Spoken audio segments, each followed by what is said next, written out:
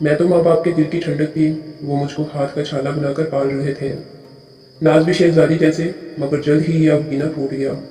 एक रोज का जिक्र है, वालिद दफ्तर से लौटे तो अब सुरता से थे। आते ही बिस्तर पर डह गए। शायद मौत उनका ताक़ुब कर रही थी। अम्मी से पानी मांगा। वो अभी गिलास में पानी ला रही थी कि ये जरा सी देर में चटपट हो गया। चंद दिन सोग में गुजरे। होश आया तो चूल्हा ठंडा पड़ा था और पेट में भूख ने अंगारे दहका दिए थे।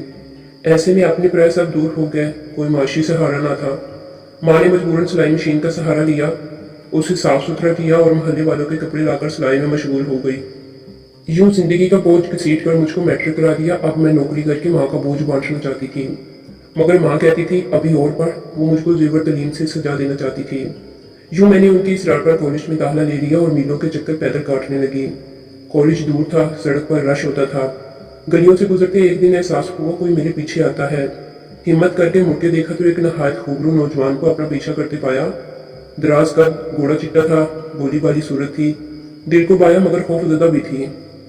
उसने भी मुझे अपनी तरफ देखते पाकर दिल को थाम लिया। अब ये मामूल हो गया, मैं घर से निकलती और बोली सूरत वाला रास्ते में मुंतजिर मिलता।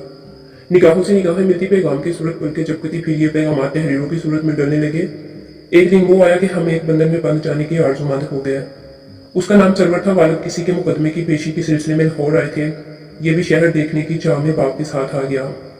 ये लोग एक होटल में क्याम पजीर थे जो हमारे कॉलेज के करीब था। वकील साहब सुबह कोर्ट चले जाते और साहबजादे मुझसे मिलने आ जाते। यूं कभी किसी पार्क में जाते और कभी कोई तारीखी मुकाम देखने हम निकल पड़ते। लाहौर की हर खूबसूरत जगह से हमने यादों के खजाने जमा कर दिए। वो दिन आया जब उन्होंने वापस अपने गाँव लौट कर जाना था। सरवर ने बताया तो मैं खूब रोई। मेरा कलेजा मसल दिया। लाश के बंधन तोड़कर मैंने उससे अपने घर बुला लिया। अम्मा तो ईशा की नमाज पढ़कर सो जाती थी। उनको क्या खबर उनकी शर्मीली बेटी ने जिस बात में क्या कदम उठा लिया है। वो रात मेरी जिंदगी की अजीब रात थी। एक दूसरे से बिछड़ने का गम इस कदर था कि हम दोनों ही रो पड़े थे। फिर न जाने क्या हुआ कि जो ही चुप कराने को उसने मुझे गले लगाया, जो एक बर्क की आग में डल गया। तन्हाई और बेखौफी मोहब्बत मोहब्बत न रही, आग और कपास का खेल बन गई। जबत की नाव डूब गई तो परेशानी का तूफान दिल को डुबोने लगा। मैं रोने लगी और वो तसल्ली देने लगा कि घबराओ मत, जाते ही अम्मा से बात करूंगा और फिर उनको लेकर आऊंगा। अब तुमको मुझे ब्याह कर ले जाना है और ये तुमसे पक्का वादा है। इस वादे ने ही मुझे जिंदगी बख्श दी और अपना सारा खसारा भूल कर मैं उसके ख्यालों में खो गई। वो चला गया और मैं उसके लौट आने की उम्मीद में दिन गिन गिन कर काटने लगी। जल्द ही मुझे एहसास हो गया कि जो सुंदर सपना देखा था वो बस एक ख्वाब था और अब वो नहीं आएगा।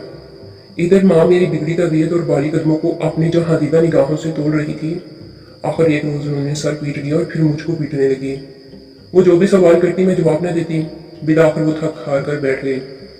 पहले तो उम्मीद थी कि आज नहीं तो कल आ जाएगा और ये सारे खौफ के साए मेरे सर से हवा हो जाएंगे, मगर दिन पर दिन गुजरते रहे, वो ना आया। अब तो क्यामत का दिन करीब आ गया। माँ को इसी क्यामत के खौफ ने बिला आखिर निकल लिया और वो एक रोज सोई तो फिर न उठ सकी। माँ तो एक गंभीर दरख्त थी, छांव भरा एक छप्पर थी, एक साहिबान था जो जमाने के सर्दो गर्म से बचाकर रखती थी। जब वो साहिबान ही ना था, मैं अकेली क्या करती। सोचा इससे पहले कि मोहल्ले वाले पत्थर मारने आ जाए, यहाँ से चले जाना ही बेहतर है। एक दिन दो जोड़े कपड़े उठाकर थोड़ी सी नकदी गिरा में बांधकर मैंने मकान को ताला लगाया और सरवर की तलाश में निकल खड़ी हुई। जिस गांव का नाम उसके मुंह से सुना था, तलाश करती वहां जा पहुंची। पता चला कि वो कराची चला गया है। कराची जैसे शहर में तलाश करना आसान काम न था। कराची में उसकी एक रिश्तेदार रहती थी। मैं वहां गई। उस औरत से बहाना किया कि मुलाजमत के लिए आई हूँ, मगर मेरी हालत देखकर वो शको शुबा में मुब्तला हो गई। मैं दौरे गम से मरी जाती थी। एक तरफ सरवर का पता न था, दूसरी जानब उसकी निशानी मेरे वजूद का बोझ बन गई थी। हिम्मत की खुदा का नाम लेकर उसकी खाला को सच सारी बात सुनाई तो वो सटपट आ गई। जब बताया कि अम्मी अबू वफात पा चुके हैं और दुनिया में कोई मेरा नहीं है, तो उनको तरस आ गया। मुझे लेकर एक नर्स के पास गई जो उनकी वाकुफकार थी। इत्फाक से एक जरूरतमंद औरत वहां आई हुई थी जिसे एक नन्हे से बच्चे की आरज़ू थी। वो बेवा और बेऔलाद थी। उसका भाई भी बेऔलाद मगर एक मालदार बिजनेसमैन था। नर्स की जुबानी हमारी राम कहानी सुनकर उसने हमको अपने घर चलने की पेशकश कर दी।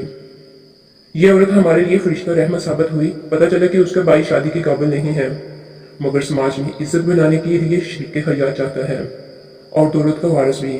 उसने शादी की ऑफर की। यह पेशकश मेरे लिए तो जिंदगी की नवीद थी। हामी भर ली।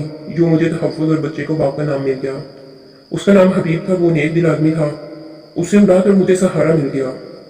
उसने अपनी मोहब्बत से मेरा दिल जीत लिया और मैंने उसे वो आराम और सुकून दिया जो एक अच्छी औरत अपने खामद को दे सकती है। मुझे तहफ़्फ़ुज़ के साथ साथ जिंदगी की हर नेमत मिल गई, मगर दिल पर जो जख्म सरवर ने लगाया वो आज तक हरा है। शायद सरवर को ये ख्याल होगा कि इस दुनिया में मुझे धोखा देकर बड़ा कारनामा सर अंजाम दिया है।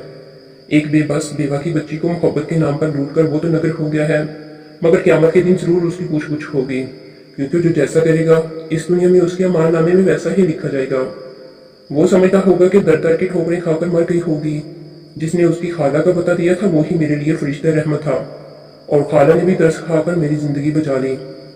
मगर सरवर नहीं जानता कि खुदा जब किसी के गुनाह का पर्दा रखता है तो उस पर अपनी रहमत का साया कर देता है, लेकिन बेरहम लोगों पर उसकी पकड़ बहुत सख्त हो सकती है। मैं दुआएं देती हूँ उस शख्स को जिसने इन हालात में मुझे अपना कर सहारा दिया, जब साया भी इंसान का साथ छोड़ देता है। सरवर को क्या खबर जिस यतीम और बेसहारा लड़की को उसने बीच मझधार में धक्का देकर छोड़ा था। आज वो करोड़ों की मालिक है। मेरी बद्दुआ है कि सरवर को भी सुकून नसीब ना हो। मेरे बेटे को तो बाप मिल गया, मगर सरवर जैसे लोगों को भी औलाद का सुकून नसीब ना।